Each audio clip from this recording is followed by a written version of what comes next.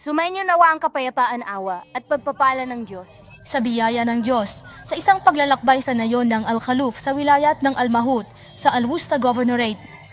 Ang nayon ng Al-Khaluf ay nakikilala sa pamamagitan ng kaakit-akit na kalikasan nito na pinagsasama ang mga bundok at mga bato ng iba't ibang mga hugis.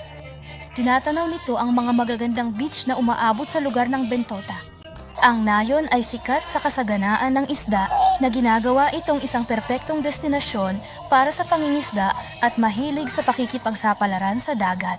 Nagbigay ang pamahalaan ng mga espesyal na lugar ng pahingahan sa dalampasigan na ginagawa itong perpektong kanlungan para sa camping at pagpapahinga sa gitna ng kaakit-akit na kalikasan.